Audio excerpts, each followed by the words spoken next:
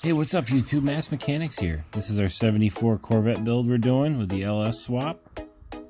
Now that that nice engine build is over with, it's time to start focusing on the Corvette side of it. So let's start tearing apart this old car, get that dirty old engine out of there, get that transmission out, and start prepping everything and get it ready to go. So guys, please like, subscribe, follow along, hit the bell icon, and let's go.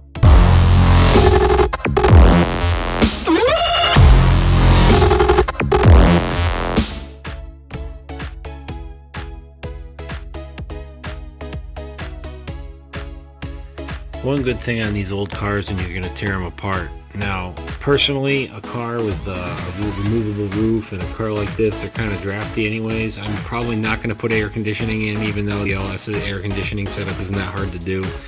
But either way, this old R12 system has got to go. Before I start tearing lines off and having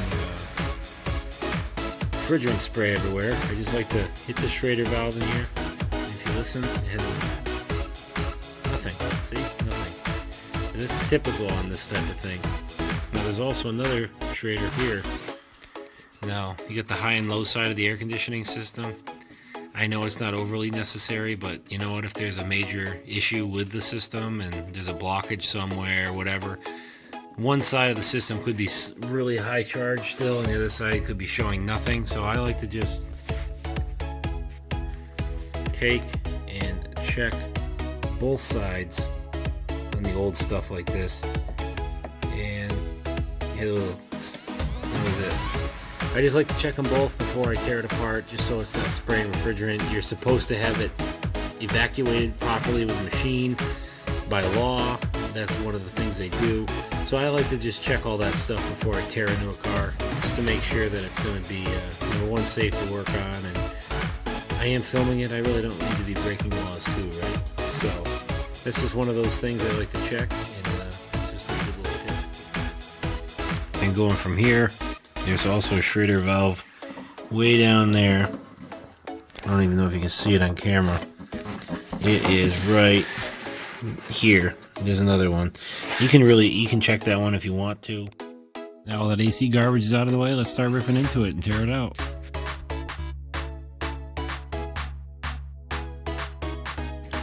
Alright, carburetor is off. Pretty self-explanatory. You loosen the bolts and unhook the lines. Now we're working on getting the hood off. So we got to unbolt 2 bolts on the bottom, both sides, and then you got your prop there. So we got to take that down too. Not too bad. Won't be able to hold the camera while we do it, but we'll see.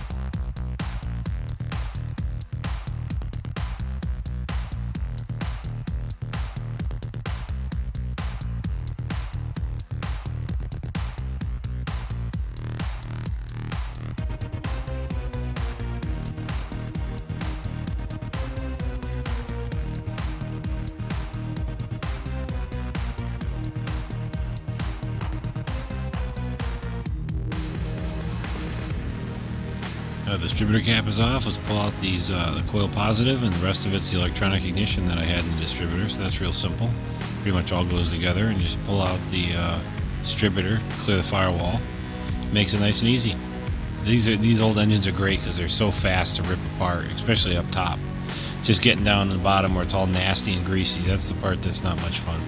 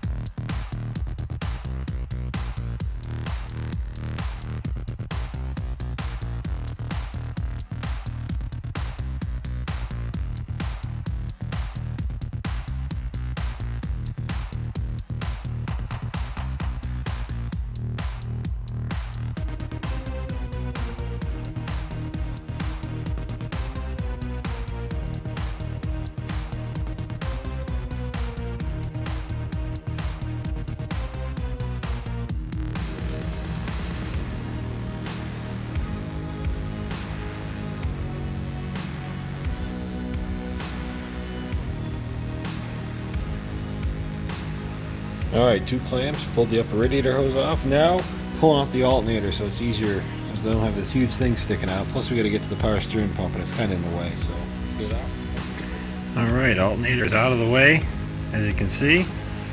And there is our power steering pump. So, I'm probably going to get this alternator bracket too out of the way, just because it's a little bit in the way. Just 2 bolts, 1, 2, so not bad. To give you guys an idea what it looks like under here, let's take a quick look. The camera does not do it justice. There are some serious leakages going on here.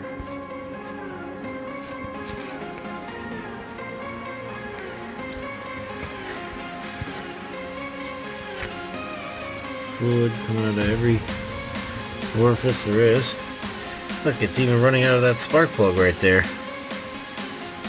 That's nice, huh? Yeah, like I said, she's not up to par anymore, that's for sure.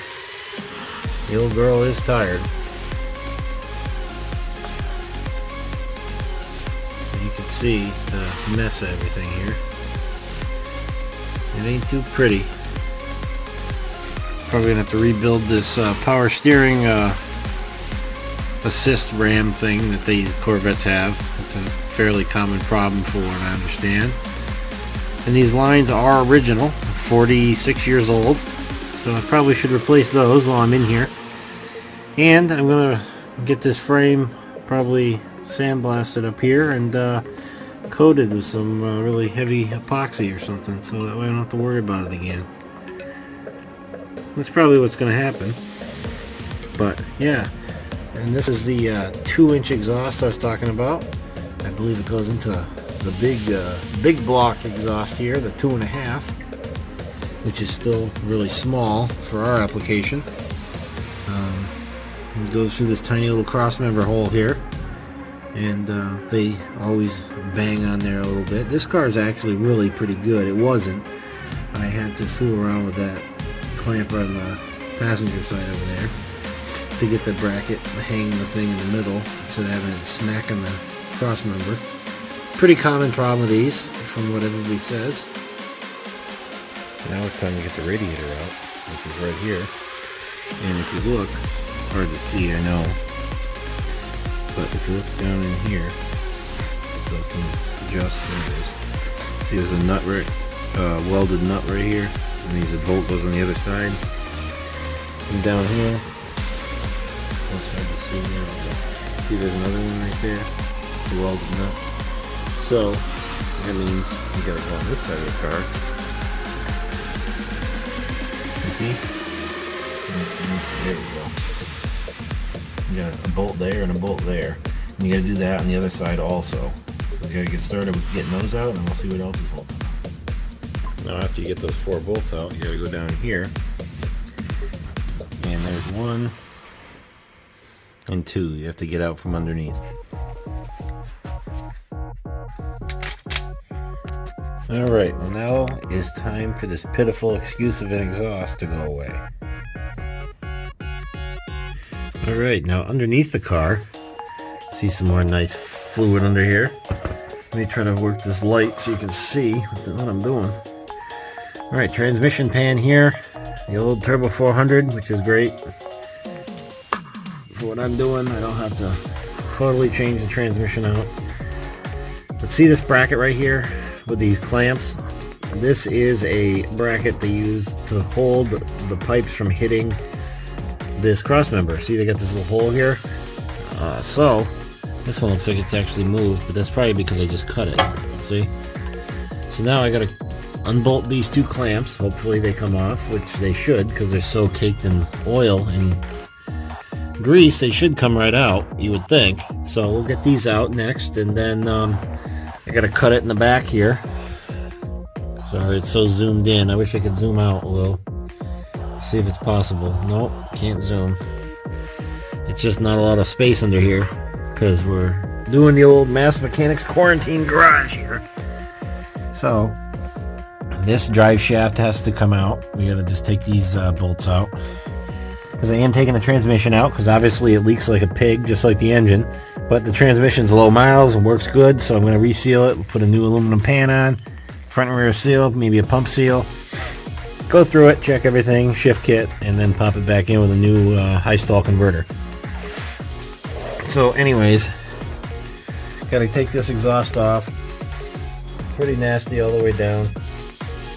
It's still holding together. It's not like it was rotted in half, but it's not well done in any means. It's just sitting here. It's what was in the car when I bought it, and that's what we're gonna fool with. Just for clarification, here's our two tranny mount bolts right there. So those have to come out.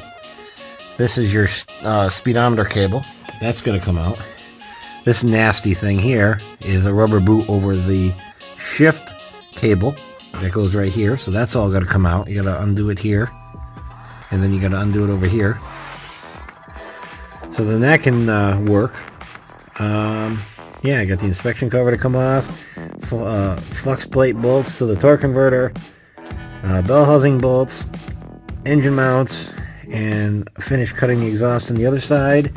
And this engine is just about out. I gotta finish getting that radiator out too, just so I got more room to swing. And yeah, we're gonna pull the engine out from the side because the nose is so long in these cars. You don't want to have the hoist slam into the nose and break it because it's fiberglass. So that's where we're at. Alright, now that filth covered exhaust system is on the floor. It had one hanger on each side in the back too, but it's just a regular exhaust clamp, so it's pretty simple to figure out. The other thing I haven't mentioned yet is we need to get this nasty old starter out too. That's the other thing that's left. See her right there? 2 bolts and some wires, and she is off as well. All hands get after it. Alright, update here. We got the radiator out. I had pulled the condenser out for the AC a while ago. That was easy. Just 2 bolts and the bottom one just fell apart, so that was fine. Got the radiator support out too with it, and the awesome shroud there. I'll tell you, I really can't understate how much fun it was taking that out. It was quite an enjoyable experience, I'll tell you. It would have been a lot easier probably with another set of hands, because that was absolutely miserable. I mean, it was miserable. It was never taken out in a 46-year-old car, so you can imagine. I mean, the bolts all came out, which is a testament to the quality of fasteners, I guess. And there's no real rot in the car, which is great, but it was not easy to get out of there. Everything was stuck, all the little gasket pieces around the radiator, everything was, I mean, I had to cut the coolant hose off. It was a nightmare, but finally got it, and now we can start looking at engine mounts and bell housing bolts. I took the inspection cover off and the flex plate bolts out of that already, so we're almost there. Bell housing bolts, I already cut the exhaust, power steering pump's off, everything's off pretty much. Just gotta hook the crane to it and pull the bell housing bolts, get a jack under the tranny, and I'm trying to think, I got the starter out. Yeah, we should be in business. Let's see. Look at this, engine mount bulb. And fuel pump is out. Alright, bell housing bolts are out, everything's unhooked, fluids are drained, jack's underneath the transmission. Here we go. Here's part way through. It is really tight to get this one bolt out in the bell housing. I ended up having to loosen it all the way, make sure it wasn't connected at all, and then just pry the engine and tranny apart a little bit. It was real easy. The pins came right out, but they were stuck. And then the bolt came out on the floor through the tranny, but otherwise it was going to hit the firewall and gouge it all. One of the heaviest parts of the transmission is always the torque converter, so make sure you take that off, because I'll tell you right now, when you start to lower it, what happens is it slips off the shaft and it's full of fluid. I think the torque converter can hold like 5-8 quarts. I mean, it's a lot of fluid, and it drops on the ground and just dumps all over the place, makes a disaster. So you're better off just taking it off. It'll make the thing a lot less tipsy, and then you won't have to worry about that thing slipping out and falling on the ground. So I'm gonna give you a better shot. It's awful dark in there, but it's out. There you go. And where it is, here's our engine. Came out, which is great. And you just tip it upside down like this in a drain pan and let it sit. It's just going to be dripping for a long time. you pick it up and slosh it around too, you'll get a bunch more oil out. But the things are pretty heavy, especially these old monster ones. So whatever, just leave it and let it sit. Alright, now we got that engine and transmission out, so now it's time to start prepping everything, getting it cleaned up, and getting it ready for that nice new 6-liter to go in. Alright guys, thanks for watching. Please like and subscribe, hit that bell. You can also follow us on Instagram. We are the Masked Mechanics.